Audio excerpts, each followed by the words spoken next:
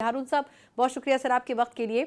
Sir ये बताइएगा कि आईनी तरमीम का बुनियादी मकसद था अदलिया में कुछ अहम मामलात करना, यकीनन चीफ जस्टिस साहब की तैनाती हो, चाहे सुमोटो एक्शन हो, फिर कॉन्स्टिट्यूशनल बेंचेज हों। लग ये रहा है कि एक नई अदलिया ने जन्म लिया है। अब जस्टिस याया अफरीदी साहब की तैनाती के बाद आप क्या देख रहे हैं कि फ़ाइज़ ईसा साहब अब जो एक पूरा अपना एक एरा छोड़ कर गए हैं, बिलावल साहब का ये कहना था एक इंटरव्यू में लास्ट वीकेंड में कि अगर वो ना होते तो शायद बड़ा मुश्किल था हुकूमत और जमातों के लिए ये तरमीम मंजूर करवाना, उनकी जगह कोई नहीं कर सकता था। आपके ख्याल में क्या या अफरीदी साहब कैसे चीफ जस्टिस साबित होंगे?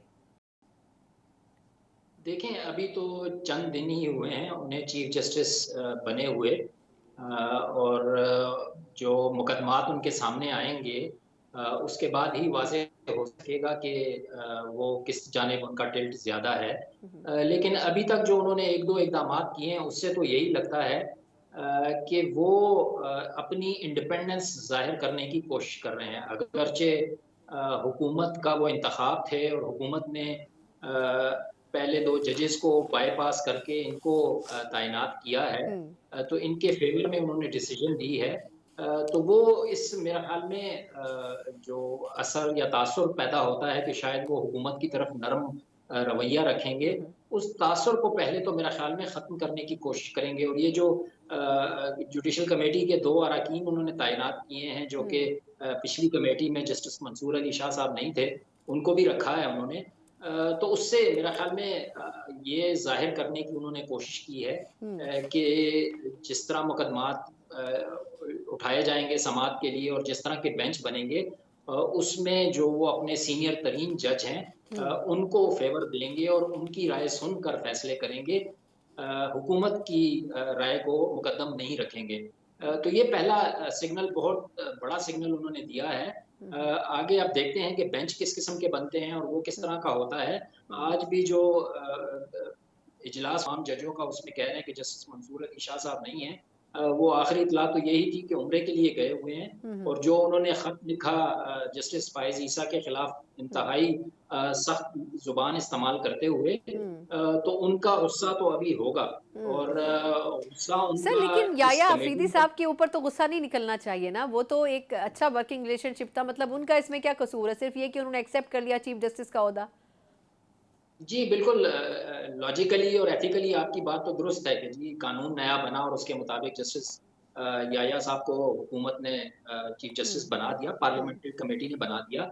लेकिन एक नई रिवायत के ज़रिए तो वो आए हैं ना, जूनियर तो हैं ना, वो थर्ड बिल्कुल। नंबर पर तो थे। हम्म। और सीनियर का जो हक बन रहा था जस्टिस मंसूर अली शाह साहब, उनको तो बायपास किया गया है ना, उन पर तो एक लेबल एक किस्म का लगाया गया है कि वो प्रो पीटीआई हैं या एंटी गवर्नमेंट हैं। ठीक। तो उस तासुर की वजह से एक जज की साख बहुत इम्पोर्टेंट होती है।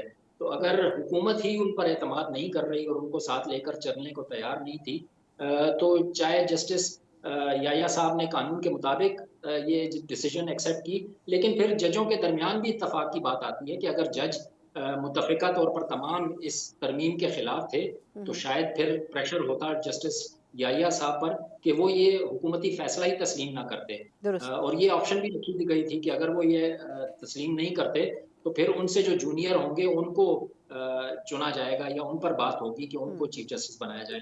तो वो उस तरह का कोई सिग्नल भी सामने नहीं आया। तो जजों के दरमियान जो इख्तिलाफ पीक पर आया जस्टिस फ़ाइज़ ईसा के दौर में, वो मुझे लगता है कि अभी भी बरकरार है। ठीक। अच्छा सर, अब ये खबरें आ रही हैं कि अब 27वीं तरमीम के ऊपर भी काम होने जा रहा है, तो मैं दो पहलुओं पे आपकी राय जानना चाहूँगी। एक तो ये कि इसमें क्या इंपॉर्टेंट चीज़ आप देख रहे हैं, क्या हो सकती है? और दूसरा ये कि पीटीआई ये कह रही थी कि 26वीं तरमीम के वक्त भी कि हम भरपूर एहतजाज करेंगे, लेकिन जिस हद तक उनका एहतजाज था वो आपने भी देखा, हमने भी देखा। अब 27वीं पे भी वो यही कह रहे हैं, तो आपके ख्याल में एक मुबहम सा एहतजाज रिकॉर्ड कराने की कोशिश की जा रही है? और ये जो बुशरा बीबी साहिबा की रिहाई है, ये क्या कोई खामोश अंडरस्टैंडिंग कही जा सकती है पीटीआई की जो लीडरशिप है उसकी तरफ से कि आप तरमीम करवाते जाएं और हम एक खामोश एहतजाज करते जाएंगे? देखिए, अभी तक तो हुकूमत ने इस पे कोई बात नहीं की है। हालाँकि कल बड़ी एक मैं तो उसे गैर मामूली कहूँगा कि बिलावल साहब जाके वज़ीर-ए-आज़म साहब से मिले हैं और अपने रुफ़क़ा के साथ, सीनियर लीडर्स के साथ जाके मिले हैं। हालाँकि उन्होंने जो बाद में जवाब दिया वो बड़ा इसको कम अहमियत देने वाला था कि जी मैं जो लाहौर में पोलो मैच देखने गया था, उस पे ब्रीफ करने गया था वज़ीर आज़म को। हुँ, तो इस तरह की बात के लिए तो वो यकीनन नहीं गए होंगे। हुँ, हुँ, इस तरह की खबरें भी आ रही हैं कि 26वीं आईनी तरमीम के बाद हुकूमत को 27वीं की ज़रूरत है, हुँ, क्योंकि जो आईनी अदालत बननी है, हाँ, बिल्कुल। वो अभी तक कहीं नज़र नहीं आ रही। हुँ, हुँ, और जो जल्दी में हुकूमत को तेज़ रफ़्तारी में उन्होंने चीफ़ जस्टिस चेंज करना था, वो तो उन्होंने कर लिया। लेकिन अब जो आईनी अदालत है, बेंचेस उसके बनने लिए हैं, उनको बिल्कुल। शायद उसका जी, सिस्टम अभी तक उसके लिए वज़ा नहीं उनको है, बिल्कुल। 27वीं तरमीम करनी पड़ेगी। बिल्कुल ठीक। अच्छा, अब सर ये और बताएँ कि माज़रत आपकी बात काट रही हूँ। ये फ़रमाइएगा कि अब किस तरह आपको लग रहा है कि ये पहले भी एक चीज़ बात जिस पर की जा रही थी कि जी मिलिट्री कोर्ट्स होंगे जो कि 9 मई के हवाले से ट्रायल करेंगे। आपको अगर याद हो तो 26वीं तरमीम में से ये शिक़ भी जेयूआईफ़े के कहने पे निकाल दी गई थी।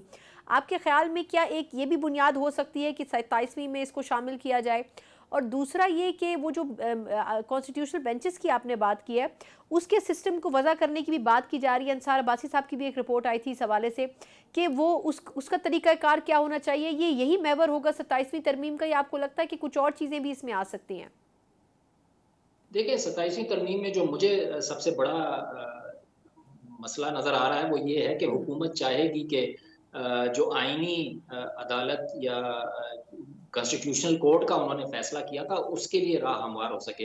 हुँ, वज़ीर कानून साहब ने भी अभी तक इस पर कोई बात नहीं की है।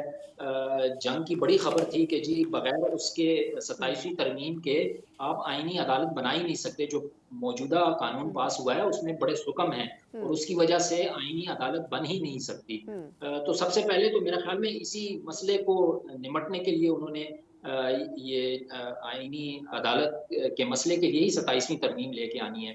लेकिन ये जो मसले हैं फ़ौजी अदालतों के, इलेक्शन ट्रिब्यूनल्स के, और इलेक्शन कमीशन के अपने किरदार के बारे में, ये तो ऑलरेडी इनको कुछ तहफ़्फ़ुज़ 26वीं आईनी तरमीम में भी दिया गया है कि उनको टच शायद नहीं किया जाएगा। हुँ, लेकिन असल इम्तिहान, जैसे मैंने कहा कि जस्टिस याहिया अफरीदी साहब का यही होगा कि वो ये इलेक्शन ट्रिब्यूनल्स की जो पिटीशंस हैं या इलेक्शन कमीशन के खिलाफ जो अदालतों में लोगों ने पिटीशन जमा करवाई हुई हैं, और हुँ, जो फौजी अदालतें हैं, उनके बारे में उन केसेस को कितनी तरजीह बुनियाद पर उठाते हैं, उनकी समाअत करते हैं और किसी फैसले पर पहुँचते हैं। तो हुँ। उसी से पता चल सकेगा कि सुप्रीम कोर्ट अपनी आज़ादी और जो एक गलत असर 26वीं तरमीम से पड़ने लगा है, उसको दूर कैसे करेंगे।